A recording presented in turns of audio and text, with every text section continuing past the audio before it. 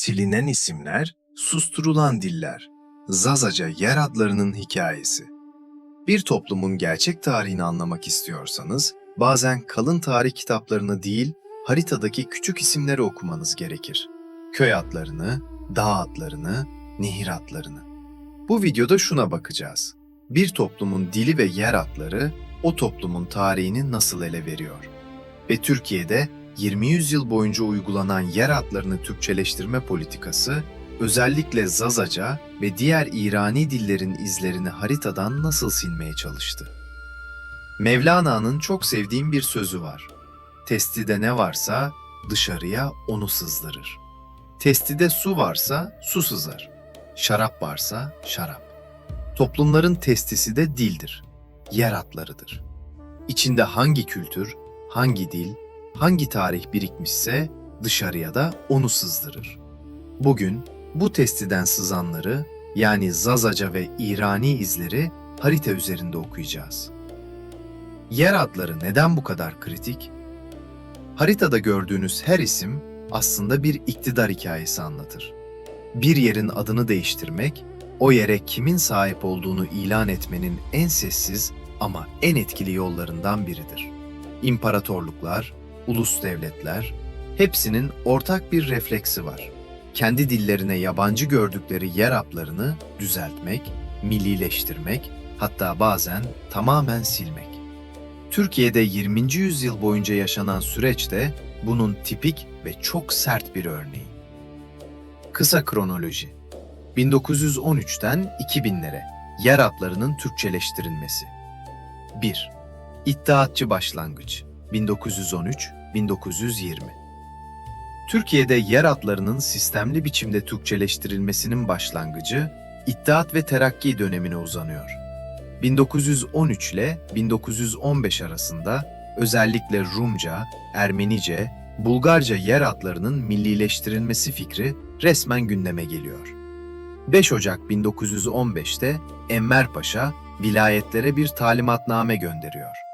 Bu yazıda Türkçe olmayan il, ilçe, köy, dağ, nehir adlarının Türkçe'ye çevrilmesi isteniyor.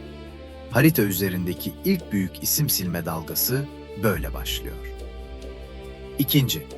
Erken Cumhuriyet 1920. yıllar, 1930. yıllar. Cumhuriyetin ilanından sonra yeni ulus, yeni kimlik, yeni harita anlayışıyla yer adları doğrudan ulus devlet projesinin parçası haline geliyor. 1930'larda iki sembolik değişiklik öne çıkıyor. Dersim adının Tunceli'ye çevrilmesi, Tunceli Kanunu ve askeri operasyonlarla birlikte yürüyen bir süreç. Mamuretül Aziz adının Elaziz, Elazığ'a dönüştürülmesi, Osmanlı çok dilli mirasından kopuşun sembollerinden biri. Halk evleri gibi kurumlar, 1934-36 arasında çok sayıda köy ve kasabanın adını Türkçe kabul edilen isimlerle değiştiriyor. Coğrafya, adım adım tek dillileştirilmeye başlanıyor. 3. Komisyon dönemi ve zirve, 1950-1978. Asıl büyük dalga ise 1950'lerden 1970'lere uzanan dönemde geliyor. 1952'de İçişleri Bakanlığı'na bağlı Yabancı Adları Değiştirme İhtisas Komisyonu kuruluyor. Bu komisyonda İçişleri, Genelkurmay, Milli Eğitim, Türk Dil Kurumu ve Dil Tarih Coğrafya Fakültesinden temsilciler var. Görevleri açık. Türkçe olmayan yer adlarını tespit edip Türkçeleştirmek. Komisyon ve ardılları 1950 ile 700 aralığında özellikle Rumca, Ermenice, Kürtçe, Zazaca, Lazca, Çerkesçe gibi isimlere hedef alıyor. 1968 tarihli Köylerimiz kitabının ön sözünde yaklaşık 12.000 köy adının değiştirildiği açıkça yazıyor. Araştırmalara göre 1940 ile 2000 yılları arasında 12.211 köyün adı resmen değiştirilmiş durumda. Yani haritada sessizce kaybolan on binlerce yılın hafızasından söz ediyoruz. 4. 1980 sonrası. Güvenlikçi odak ve Kürtçe, Zazaca isimler. Sanıldığı gibi büyük ad değiştirme dalgasının tamamı 1980'den sonra olmadı. Asıl kitlesel değişiklikler 1950 ile 700 arasında yaşandı. 1980 darbesi sonrası dönemi özel kılan şey, hedefin daralması. 12 Eylül'den sonra yer hapları doğrudan güvenlik politikaları ile birlikte düşünülmeye başlandı. 1983'te komisyon yeniden toplandı ve özellikle Doğu ve Güneydoğu Anadolu'daki Kürtçe ve Zazaca yer hatlarına odaklandı. Bu dönemde yaklaşık 280 köyün adı daha değiştirilmiş durumda. 1985'te komisyon görevini büyük ölçüde tamamladığı gerekçesiyle kapatıldı. Ama o zamana kadar Zazaca, Kürtçe, Ermenice, Süryanice yüzlerce yıllık adın yerini çoktan yeni Türkçe isimler almıştı. 5. 2000 sonrası. Kısmi geri dönüş çabaları. 2000'lerden itibaren bazı yerel yönetimler ve sivil girişimler eski adların geri alınması, çift dilli tabelalar, hafıza çalışmaları gibi adımlar atmaya başladı. Ama bu, 20. yüzyıl boyunca yaşanan büyük silinmenin yanında hala çok sınırlı bir hareket. Bugün birçok köyün, dağın, derenin eski adı sadece yaşlıların hafızasında, aile hikayelerinde ve bazı az eski Haritsaar'da yaşıyor. Zaza odaklı örnekler. Diyarbakır, Dersim, Erzincan hattından 4 hikaye. Şimdi bu büyük resmi biraz daha Zaza odaklı hale getirelim ve Diyarbakır, Dersim, Erzincan hattından 4 yer adına yakından bakalım. Abgür, Deşgür, Biçar ve Dersim. 1. Abgür. Osmanlı arşivlerinde Diyarbakır vilayetine bağlı bir kaza ve nahiye adı olarak karşımıza çıkan Abgür, ilk bakışta sıradan bir isimdir. Osmanlıca yazımda başındaki AB, Farsça ve genel İrani dil ailesinde su demektir. Bu bize hemen İrani bir kök gösterir. Zaza sahasında bugünkü telaffuza kulak verdiğimizde ise bu adın Avgur, Avgır gibi formlarla yoğun su, çok su, guriyah av anlamına geldiğini görüyoruz. Yani hem Farsça ab hem Zazaca'nın anlam dünyası aynı toponimde buluşuyor. Bir tek yer adı hem bölgenin dilini hem coğrafyasını hem de suyla kurduğu ilişkiyi aynı anda anlatıyor. 2. Deştgür. Ova, düzlük, verimli toprak. Abgür'ün yanında çoğu zaman bir ikili olarak geçen bir başka isim var. Deştgür. Osmanlı kayıtlarında Ma-Abgür yani Abgür'le birlikte olarak görülen bu yer adı köküne indiğimizde daha da anlam kazanıyor. Farsça ve genel İrani dillerde deşt, ova, düzlük demektir. Zazaca'da ve Kürtçe'de buna çok yakın anlam katmanları yaşar. Deştgür, destgür ise Zazaca yorumla verimli, yeşeren ova anlamına gelebilir. Böylece Abgür, çok su ve Deştgür, verimli ova, harita üzerinde Zazaca ve İrani semantik bir çift oluşturur. Su artı ova. Bu iki toponim, bölgenin ekoloji, dil, kültür üçgenini sessizce kaydeden iki kelimedir. 3. örneğimiz hem Diyarbakır hem Genç Bitlis hattında karşımıza çıkan Biçar. Osmanlı yer adları sözlüğünde Biçar, Güldiken, Ma-Herta.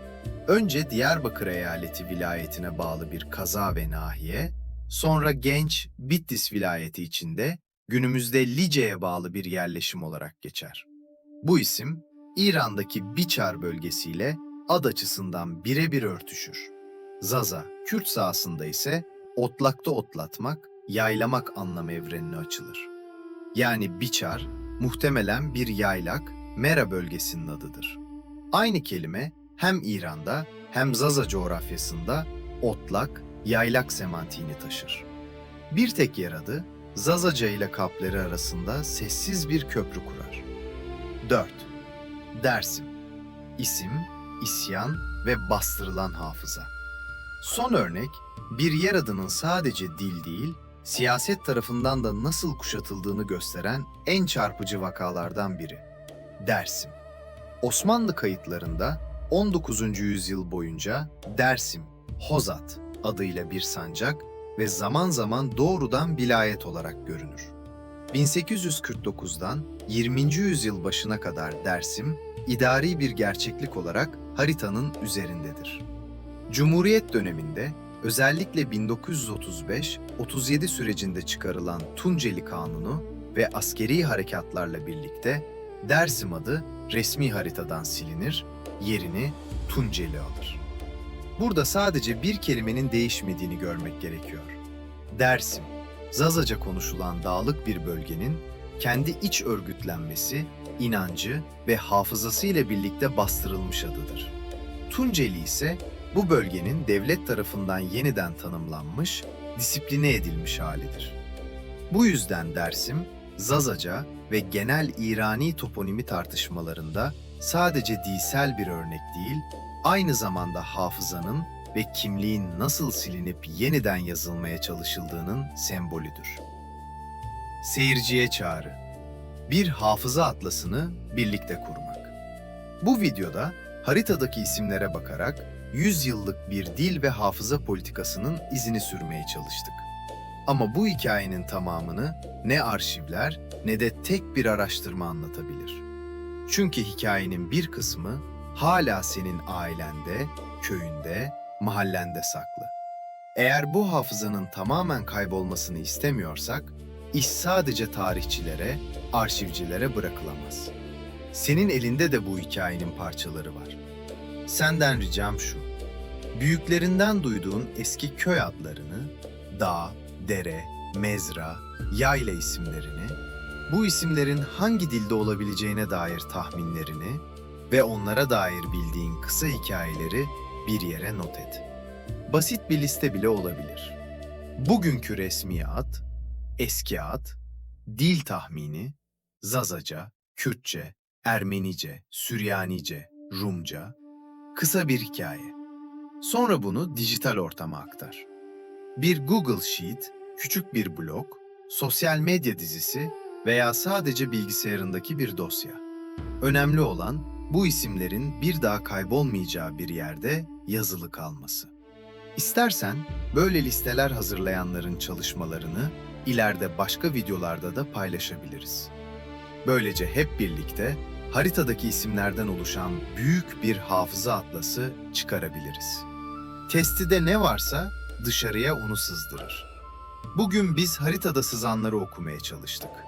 Şimdi soru şu: bu hafızayı birlikte yazmaya devam etmek ister misin?